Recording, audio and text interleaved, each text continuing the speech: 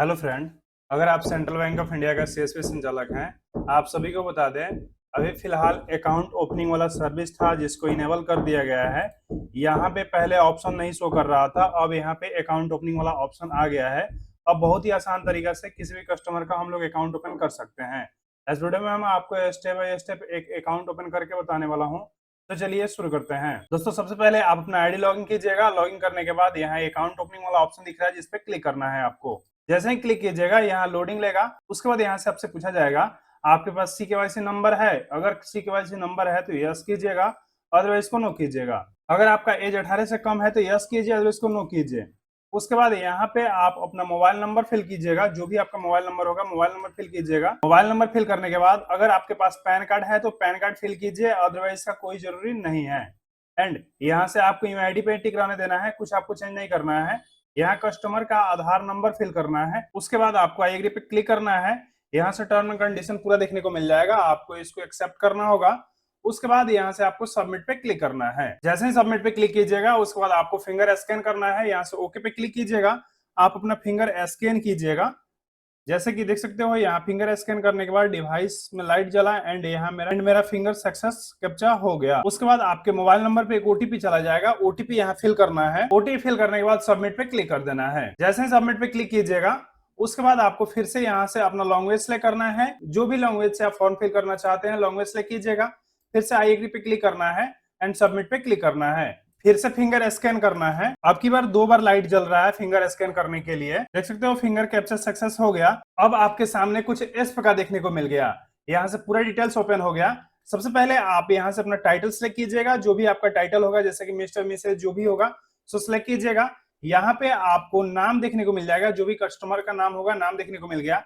Date of birth यहाँ से देख सकते हो। जो आपने मोबाइल नंबर फिल किया होगा, मोबाइल नंबर आप यहाँ से देख सकते हो। अगर आप चाहो तो ईमेल आईडी इसमें ऐड कर सकते हो, अदरवाइज का कोई जरूरी नहीं है। एंड आपको और नीचे आना है। हल्का नीचे आने के बाद यहाँ पे आपका एड्रेस पूरा देखने को मिल जाएगा। यहाँ से आपका सिटी या स्टेट का नाम देखने को मिल जाएगा। यहाँ से आपका लोकेशन का नाम देख सकते हो। यहाँ सबसे पहले आपको अपना स्टेट सेलेक्ट करना है।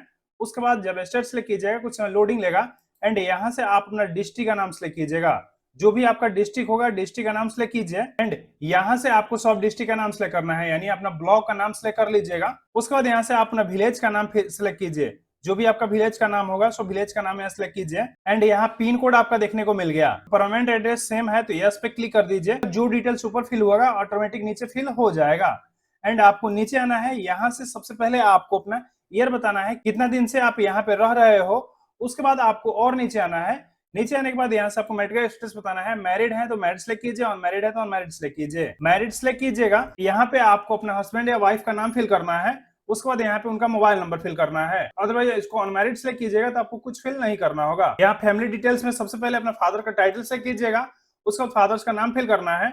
यहाँ से मदर्स का टाइटल सेलेक्ट करना है एंड मदर्स का नाम फिल करना है। प्लेस ऑफ बर्थ फिल करना है, यानी आपका जो भी गांव होगा, सो गांव का नाम फिल कीजिएगा। यहाँ से आपको अपना रिलीजन सेलेक्ट करना है। जो भी रिलीजन से आप बिलोंग करते हैं, सो रिलीजन सेलेक्ट कीजिएगा।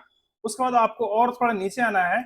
नीचे आने के बाद यहाँ से आपको अपने एजुकेशन डिटेल्स देना है। एजुकेशन डिटेल्स अपना सेलेक्ट कर लीजिए। उसके बाद यहाँ से आप क्या करते हैं, सो वो सिलेक्ट कीजिए। जैसे कि स्टूडेंट है, हाउसवाइफ है, जो है सो सिलेक्ट कीजिए। उसके बाद यहाँ से आपको अपना इनकम बताना है, कितना इनकम है, सो इनकम अपना सिलेक्ट कर लीजिएगा। यहाँ से एम्प्लॉय सिलेक्ट करना है, जो आप क्या करते हैं, जैसे कि अदर हम सिलेक्ट कर लेते हैं। उसके बाद यहाँ से आपको बिजनेस सेलेक्ट करना है, जैसे कि अदर कर लेते हैं। यहाँ आपका कितना इनकम है, जो भी इनकम होगा सो इनकम फिल कर दीजिएगा। उसके बाद नेट इनकम क्या है, यानी मंथली इनकम क्या है, वो फिल कीजिएगा। उसके बाद अदर डिटेल्स में आप कार्ड का रिलेटेड सेलेक्ट कर लीजिए। जैसे कि 1 से 5 साल के कार्ड चाहिए तो सो सेलेक्ट कीजिए, 5 से 10 साल चाहिए वो सेलेक्ट कर लीजिए। जो आप चाहते हैं सो सेलेक्ट कर लीजिएगा। उसके बाद यहाँ से वैलिडिटी आपको सेलेक्ट करना है। उसके बाद यहाँ से आप नॉमिनी ऐड कर सकते हैं। यस पे क्लिक कीजिएगा। नीचे नॉमिनी डिटेल्स ओपन हो जाएगा, जैसे कि नीचे आ रहा है। यहाँ से नॉमिनी डिटेल्स ओपन होगा, इस पे क्लिक करेंगे।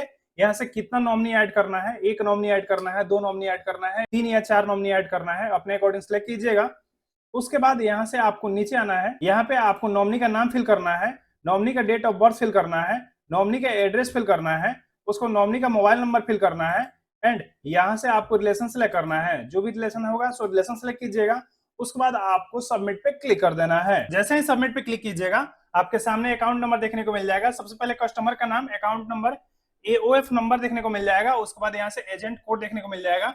यानी जो भी आपका कोड होगा उसको कोड देखने को मिल जाएगा, डेट देखने को मिल जाएगा, इधर आपको CIF नंबर मिलेगा, अकाउंट हमने खोला है, सक्सेस हो गया, कस्टमर का नाम देखने को मिल गया, यहाँ से लोकेशन देखने को मिल रहा है एंड टाइम देखने को मिल रहा है। सो अब प्रिंट पे क्लिक कीजिएगा, आपके सामने कुछ इस प्रकार आएगा, यहाँ से प्रिंट आउट भी आप देख सकते हो। सो ये था प्रक्रिया आपको अकाउंट ओपन करने का। उम्मीद करते हैं वीडियो आपको अच्छा लगा होगा। अच्छा लगा तो इस वीडियो को लाइक कर दीजिए, दोस्तों शेयर कर दीजिए, ताकि ऐसा इन्फॉर्मेटिव और यूजफुल मिलता रहे। चलिए मिलते हैं नए वीडियो नए टॉपिक के साथ, तब तक अपना ख्याल रखिएगा। जय हिंद, वंदे मातरम, बाय बाय।